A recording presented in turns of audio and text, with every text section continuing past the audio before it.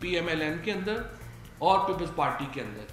ان سے ہم نے پہلے بھی بات کی ہے. پرائم منسٹر صاحب نے ایک سے زیادہ بار یہ بات کہی ہے, ہم گفتگو کرنا چاہتے ہیں, ہم گفتگو کے لیے تیار ہیں. ہم سنجیدہ لوگ جو ان پارٹیز میں ہیں ان کو دعوت دیتے ہیں کہ وہ آئیں.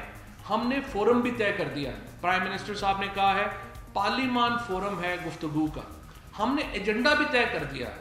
ہم کہتے ہیں کہ الیکٹورل ریفارمز کے اوپر آئیں, بات چیت شروع کرتے ہیں. ہم نے ایجنڈا بھی دے دیا ہے, فورم بھی دے دیا ہے, ہم نے مذاکرات کا فارمیٹ بھی دے دیا ہے. اس کو آپ بدلنا چاہتے ہیں, آپ اپنی چیزیں ایڈ کرنا چاہتے ہیں, you are more than welcome to do that. لیکن اس کے لیے جو سنجیدہ لیڈرشپ ہے ان پارٹیز میں, ان کو آگے آنا ہوگا اور چارج لینا ہوگا. کیا یہ دعوت شہباز شریف کو دی جا رہی ہے, اور کیا یہ پیر پگارا کی جانب سے شہباز شریف کو بھجوائے جانے والے پیغام کا نتیجہ ہے؟ آج صدر پاکستان عارف الوی نے بھی صحافیوں سے غیر رسمی گفتگو میں دعویٰ کیا کہ آنے والے دنوں میں سیاسی تناؤ کم ہوگا, لیکن حکومتی بیانات تناؤ کم کرنے کی بجائے سیاسی درجہ حرارت بڑھا رہے ہیں. سیاسی اختلاف کے پیچھے ذاتیات پر حملے بات چیت کا راستہ نکالیں گے یا محاذ آرائی کو مزید بڑھائیں گے؟ کیا پی ڈی ایم کے اندرونی اختلافات حکومت مخالف تحریک کو کمزور کریں گے؟ بہت بہت شکریہ شیخ رشید صاحب ہمیں وقت دینے کے لیے. سر, ایک جانب تو مذاکرات کی بات ہو رہی ہے, عارف الوی صاحب نے بھی کہا ہے کہ جلد حالات بہتر ہو جائیں گے, آپ نے بھی پیش گوئی کر رکھی ہے کہ جلد حالات بہتر ہو جائیں گے, لیکن دونوں جانب سے جو تلخ بیانات سامنے آ رہے ہیں, شیخ صاحب یہ حالات کی بہتری کی طرف جا رہے ہیں یا مزید انتشار کی طرف؟ دیکھیں ابھی مہینہ ڈیڑھ مہینہ تو یہ باتیں ایسی چلیں گی نا, کیونکہ نہ عمران خان نے 31 جنوری کو استعفیٰ دینا ہے, نہ انہوں نے استعفے دینے ہیں. باقی لانگ مارچ ایسے لگ رہا ہے کہ وہ کریں گے, اس کو کیسے ہینڈل کرتے ہیں, کیسے معاملات ہوتے ہیں, اس کا دیکھنا ہوگا. اور 21 جنوری کو یہ 31 جنوری کو ڈیٹ آ جائے گی کہ بھئی وہ کب کیا کرنے جا رہے ہیں. باقی جہاں تک کہ یہ تعلق ہے کہ نہ وہ استعفے دینے جا رہے ہیں, اور جہاں تک لانگ مارچ کا تعلق ہے اس کے لیے کیا صورتحال بنتی ہے یہ تو مہینے کے بعد یہ پتہ لگے. اچھا شیخ صاحب, خان صاحب نے یہ بیان دیا تھا کہ اگر یہ استعفے دیں گے تو ہمیں فارورڈ بلاک بن جائے گا, تو جیسے اب آپ کہہ رہے ہیں کہ یہ استعفے نہیں دیں گے, تو پھر اس کا مطلب کیا ہے کہ یہ متحد رہیں گے, صرف استعفے نہیں دیں گے؟ خان صاحب کے کہنے کی میں نفی تو نہیں کر سکتا نا کہ اگر یہ فارورڈ بلاک بنے گا, اگر وہ استعفے دیں گے, ان کا مطلب یہ ہے کہ سب لوگ استعفے نہیں دیں گے, کچھ لوگ شاید استعفے دے دیں, تمام لوگ استعفے نہیں دیں. تو شیخ صاحب جو پھر فارورڈ بلاک بننے کی بات ہو رہی ہے, کیا کوئی آپ کے ساتھ کوئی رابطہ ہوا ہے اپوزیشن کی؟ میرے ساتھ کوئی رابطہ نہیں ہوا, ایز اے انٹیریئر منسٹر میرے ساتھ کسی نے کوئی رابطہ نہیں. اچھا شیخ صاحب یہ بھی بتا دیجیے گا کہ خان صاحب نے بھی اپنی تقریر میں یہ ذکر کیا تھا کہ اپوزیشن فوج سے کہہ رہی ہے کہ حکومت کا تختہ الٹ دو ورنہ اپنے سربراہ کے خلاف ہو جاؤ. یہ تو بڑا سنگین معاملہ ہے فوج پہ میوٹنی کا, کیا اس پر کوئی کارروائی کی جائے گی اپوزیشن کے خلاف؟ دیکھیں فیصلہ تو کرنا ہے عمران خان صاحب نے, وہ کیا فیصلہ کرتے ہیں. ابھی تو ساری باتیں اسٹریٹجیز چل رہی ہیں, اور خان صاحب کا جو فیصلہ ہوگا جب ہوگا تو پتہ لگ جائے گا. ابھی تو مجھے کوئی انہوں نے کسی فیصلے کی کمی. شیخ صاحب ویسے آپ کا مشورہ تو کابینہ میں مانا جاتا ہے سنجیدگی سے, آپ کیا مشورہ دیں گے اس پہ؟ جب کا میں بناؤں ہوگا تو پھر بات ہوگی. ابھی اس کو ڈسکس نہیں کیا گیا, ایک ٹائم ہے 1.5-2 مہینے, جب ٹھیک ٹائم قریب ہوگا تو پھر اس پہ بات کی جائے. اچھا شیخ صاحب یہ بھی بتا دیجیے گا کہ مریم صاحبہ نے کل کہا ہے کہ میسیجز ہمیں بھیجے جا رہے ہیں مذاکرات کے لیے, اور دورانی صاحب کی ملاقات کو انہوں نے اشارہ دیا ہے, کیا واقعی حکومت کی جانب سے بھیجے جا رہے ہیں؟ بھائی جان کوئی میسج نہیں گیا ہماری طرف سے. اوکے ٹھیک ہے. تو شیخ صاحب آج جو فواد چودھری صاحب نے کہا ہے کہ پارلیمان ہم فورم دے رہے ہیں اور کچھ سنجیدہ لوگوں سے گفتگو کی جائے گی, جو فواد چودھری صاحب نے کہا وہ فواد چودھری صاحب سے پوچھ لیں. ہماری طرف سے نہ کوئی میسج گیا نہ ہمیں کوئی میسج آیا. یعنی وہ فواد چودھری صاحب کی ذاتی رائے تھی, حکومت کی طرف سے کوئی مذاکرات کا فورم نہیں دیا جا رہا. فواد چودھری کے بہار میں میرے منہ میں تو نہیں آپ بات ڈال سکتے نا. فواد چودھری صاحب نے کہا اس کا فواد چودھری صاحب سے پوچھیں, میرا آپ پوچھ رہے ہیں. ہمارا نہ کوئی رابطہ ہوا ہے ان سے, نہ ان کا ہم سے رابطہ ہوا. ٹھیک ہے, بہت بہت شکریہ شیخ رشید صاحب, آپ اس سارے معاملے پر ہمیں حکومتی موقف سے آگاہ کر رہے تھے. بہت بہت شکریہ خرم دستگیر صاحب ہمیں وقت دینے کے لیے. سر سب سے پہلے تو یہ آپ ذرا واضح کر دیں ہمارے ناظرین کو بھی اور حکومتی حلقوں کو بھی کہ بہت یہ کہا جا رہا ہے پی ڈی ایم اب فائنلی وہ اتحاد نہیں رہا جو شاید پی ڈی ایم تحریک کے آغاز میں تھا. یہ بھی کہا جا رہا ہے کہ مولانا صاحب نہیں آئے تھے لاڑکانہ, یہی وجہ ہے, انڈیکیٹر ہے کہ اتحاد کمزور پڑ گیا ہوا ہے. کیا کوئی صداقت ہے ان افواہوں میں؟ جی, جب تک یہ حکومت اپنی نالائکی کے مندر پر پاکستان کے غریبوں کا گلے کاٹتی رہے گی, پی ڈی ایم انشاءاللہ متحد ہے اور متحد رہے گا، کہ ہر سیاسی جو قائد ہیں ان کی اپنی مصروفیات ہیں، اور 6 جلسے جس پہ سب نے اگری کیا تھا، اس میں ان سب جلسوں میں سب قائدین نے شرکت کی۔ اس کے بعد سے جو اب شیڈول بن رہا ہے، جس طرح یہ ابھی گڑھی خدا بخش کا جلسہ تھا، یا مردان میں جو مہنگائی کے خلاف ریلی تھی، مختلف لیڈر اپنی مصروفیات کے مطابق اٹینڈ کر رہے ہیں۔ ملتان میں جو وہ سب لوگ موجود تھے، مردان میں بلاول بھٹو زرداری نہیں پہنچ سکے، گڑھی خدا بخش میں مولانا نہیں پہنچ سکے، لیکن ان دونوں جگہوں پر جو نہیں پہنچ سکا اس کے نمائندے موجود تھے۔ اور اگر آپ غور کریں تو گجرانوالہ میں جب 16 اکتوبر کو پی ڈی ایم کا پہلا جلسہ ہوا، اس وقت شاید زیادہ اگر آپ تقاریر کا تجزیہ کر لیں تو پی ڈی ایم میں جو رائے کا تنوع تھا، جو ڈائیورسٹی تھی اوپینین میں، وہ زیادہ تھی۔ پر جیسے جیسے ہم آگے بڑھے ہیں، پی ڈی ایم کے قائدین کی تقاریر میں ایک ہی ایجنڈا اور ایک ہی جو نقطۂ ایمفسس ہے، جس میں ہم کہہ سکتے ہیں، وہ ایمفسس جو ہے وہ اب ایک جیسا ہوتا جا رہا ہے۔ اور وہ آپ نے کل کی جو تقاریر سن لی ہیں، چاہے وہ مولانا عبدالغفور حیدری کی تھی، وہ مریم نواز کی تھی، اور بلاول بھٹو زرداری کی تھی، آصف علی زرداری صاحب کی تھی، تو اس میں تو آپ کو جو گفتگو ہے، جو مقاصد ہیں، وہ ایک جگہ پر منتج ہوتے ہوئے اور اکٹھے ہوتے ہوئے نظر آ رہے ہیں۔ خرم دستگیر صاحب، جو گجرانوالہ جلسے کی آپ نے بھی جو مثال دی ہے، ان کی تقاریر میں ذرا جو الفاظ کا چناؤ اور جو موضوعات تھے وہ ذرا زیادہ شدت پسندی کی طرف تھے، اس کے بعد قدرے نرمی برتی گئی اپنے الفاظ میں بھی اور تقاریر میں بھی۔ تو کیا پھر تمام جماعتوں نے متفقہ طور پر یہ فیصلہ کیا کہ اب تھوڑا ٹون ڈاؤن ہونا ہے اور تھوڑا سا نرم لہجہ اختیار کرنا ہے؟ یہ پاکستان کی تاریخ میں ایک انپریسیڈنٹڈ، یعنی بغیر مثال کے یہ تحریک ہے، جس کو نہ ہی اسٹیبلشمنٹ کی تائید حاصل ہے پچھلی تحریکوں کی طرح، اور نہ ہی اس کا مقصد براہ راست حکومت کو گرا کر خود اقتدار حاصل کرنا ہے۔ اس کا مقصد یہ ہے کہ پاکستان میں وہ حکومتیں آئیں جسے پاکستان کے عوام، چاروں صوبوں میں رہنے والے میرے بھائی اور بہنیں جو ہیں، وہ منتخب کریں۔ بیلٹ باکس سے وہی ووٹ نکلے جو عوام ڈالیں، وہی نتیجہ ہے جو عوام نے چاہا ہے۔ اور اس تک پہنچنے کے لیے وہ تمام جو سیاسی جو ہمارے عمل ہیں، قدم ہیں، سنگ میل ہیں، اس پر تمام وقت تو جو ہے وہ بڑی گولہ باری نہیں ہوتی۔ آپ گولہ باری کرتے ہیں، پھر ریویو کرتے ہیں، پھر آگے بڑھتے ہیں، لیکن جو مقصد ہے وہ یہی ہے کہ جو 73 سال میں جو ایک سودے بازیوں کی اور آمریتوں کی دلدل میں ہم پھنسے رہے ہیں، کوشش تو ہے، اللہ تعالیٰ اس میں ہمیں کامیابی دے۔ خرم دستگیر صاحب، یہاں پر پھر یہ بتائیے گا کہ مستقبل کیا ہوگا، کیونکہ 100 روز لگ بھگ ہو چکے ہیں پی ڈی ایم کی تحریک کا آغاز ہوئے، لیکن ابھی تک یہ واضح کلیئرٹی نہیں ہے کہ لانگ مارچ ہوگا، دھرنا ہوگا، ہڑتال ہوگی، یا پھر اس کی ڈیوریشن کیا ہوگی۔ دوسری جانب آج خان صاحب نے بھی کہا ہے کہ پی ڈی ایم کا کوئی مستقبل نہیں ہے اور جو بھی معاملات حل ہونے ہیں وہ پارلیمنٹ میں ہونے ہیں۔ تو کیا حکومت آپ کو پارلیمنٹ میں آنے کا کہہ رہی ہے، اور اگر ایسا ہے تو آپ جائیں گے پارلیمان میں؟ میں تو آئی تھنک پوری قوم اس پر حیران پریشان ہے کہ بجائے یہ کہ گھی کی قیمتیں جو پچھلے 2 ہفتے میں 30 روپے کلو بڑھ گئی ہیں، کوکنگ آئل کی قیمت 17 روپے فی کلو بڑھ گئی ہے، انڈے جو ہیں کئی ملک میں کسی جگہ پہ 300 روپے درجن بک رہے ہیں، بجائے یہ کہ کابینہ یہ کام کرے، عمران خان صاحب لگتا ہے کہ بیٹھ کر پوری کابینہ کو ستارہ شناسی اور علم نجوم کی ٹریننگ دے رہے ہیں، کہ وہ بتا رہے ہیں کہ پی ڈی ایم ایسا ہو جائے گا، پی ڈی ایم ویسا ہو جائے گا، اس پارٹی میں یہ ہو رہا ہے۔ بھئی جس مقصد کے لیے آپ کو جو بھی جس طریقے سے بھی سلیکٹ ہو کے آپ آئے ہیں، لیکن آپ عوام کی خدمت کریں، لیکن پوری گورنمنٹ جو ہے اس کا فوکس اس بات پہ ہے کہ کس جلسے پہ کون نہیں آیا اور کہیں نہیں آیا۔ ایز آئی سیڈ، یہ پاکستان کی تاریخ میں انپریسیڈنٹڈ ہے، اور اس میں جو 6 جلسے ہوئے ہیں، دیکھیں اس میں جو 4 سبق ہیں وہ بڑے واضح ہیں۔ پہلی بات کہ پی ڈی ایم مکمل طور پر پرامن تحریک ہے، یعنی 6 جلسوں میں ایک گملہ نہیں ٹوٹا، بلکہ اس کے بعد مردان کی بھی ریلی ہوئی ہے، گڑھی خدا بخش بھی ہوا ہے، ایک گملہ، پہلی تو پرامن تحریک ہے۔ دوسرا یہ جس کے جو میں نے ذکر کیا پہلے کہ پی ڈی ایم کے جو قائدین ہیں، ان کی تقاریر اور ان کے جو مقاصد ہیں، ان میں اب ایک واضح طور پر ایک آپ کوئنسیڈنس دیکھ سکتے ہیں، ایک اکٹھا ہونا، منتج ہونا دیکھ سکتے ہیں، وہ ہوا ہے۔ تیسرا یہ ہے کہ عمران خان صاحب کا یہ جو نیریٹو تھا کہ یہ چور جماعتیں ہیں، ان کے پیچھے عوام نہیں ہے، یہ نیریٹو اب اللہ کے کرم سے دفن ہو گیا ہے کہ ان کے پیچھے کوئی لوگ نہیں ہے۔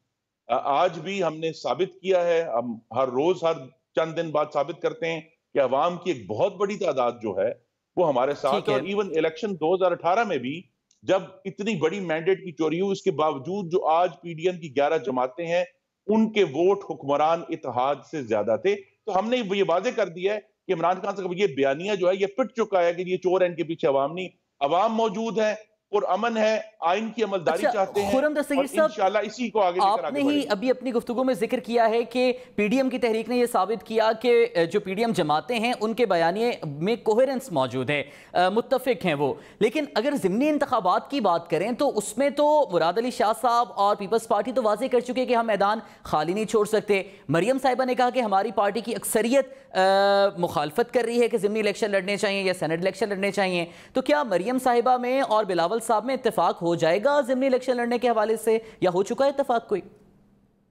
مجھے کبھی امید ہے کہ جب 1 جنوری کو پی ڈی ایم کا اجلاس ہوگا اس میں آپ کو ایک متفقہ پالیسی نظر آئے گی، ضمنی انتخابات کے حوالے سے بھی، سینٹ کے حوالے سے بھی۔ دیکھیے یہ ایک ڈائنامک عمل ہے اور اس میں تصویراتی عمل بھی شامل ہے، اس کے ساتھ ہی ایک اسٹریٹجک تھنکنگ بھی ہونی ہے۔ تو یہ کہہ دینا کہ جی یہ کوئی کہ جی ہم نے اس دن ہی مارچ کرنا ہے، ہم نے دیکھیں ایک تو ثابت کیا ہے کہ ہم نے کہا جی ہم 6 جلسے اس دن اس جگہ پر کریں گے، ہم نے کیے۔ اب جب بھی انشاءاللہ اتحاد سے ہم آگے بڑھیں گے تو جو ہماری ڈیٹس فائنل ہوں گی ان پر وہ تمام عمل ہوگا۔ خرم دستگیر صاحب کیا 1 کا تو اجلاس ڈیفینیٹلی اس میں تو آپ لوگوں کا حتمی فیصلہ ہوگا، لیکن کیا اس اجلاس سے پہلے پیپلز پارٹی نے یا بلاول صاحب نے مریم صاحبہ سے رابطہ کیا ہے ضمنی انتخابات کے حوالے سے کوئی معاملات حل کرنے کے لیے؟ دیکھیے بلاول بھٹو زرداری صاحب نے سندھ کی جو اعلیٰ ترین مہمان نوازی کی روایات ہیں ان کو قائم رکھ کے مریم نواز کو اپنے گھر میں ٹھہرایا، ان کو بہت عزت دی، ریسیو کیا ان کے لیے۔